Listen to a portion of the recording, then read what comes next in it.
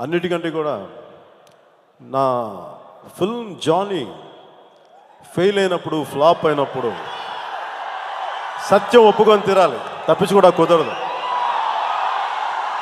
Creative ప్రాసెస్లో failure సహజం, దానికి భయపడకూడదు, దానికి వెనక్కి పారిపోకూడదు. ఇది నేను నమ్ముతాను.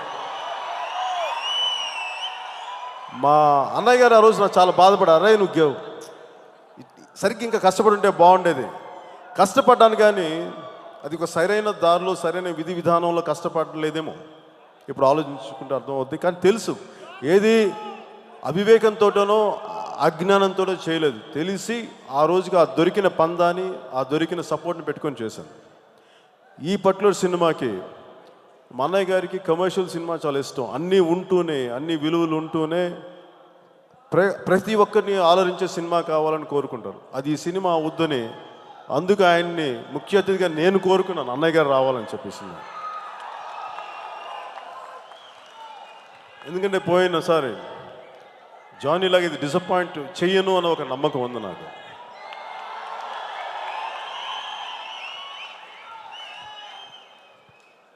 అమితాబ్ బచ్చన్ అంటే చాలా ఇష్టం ఉండేది నాకు, పిచ్చి ఇష్టం ఉండేది అమితాబ్ బచ్చన్.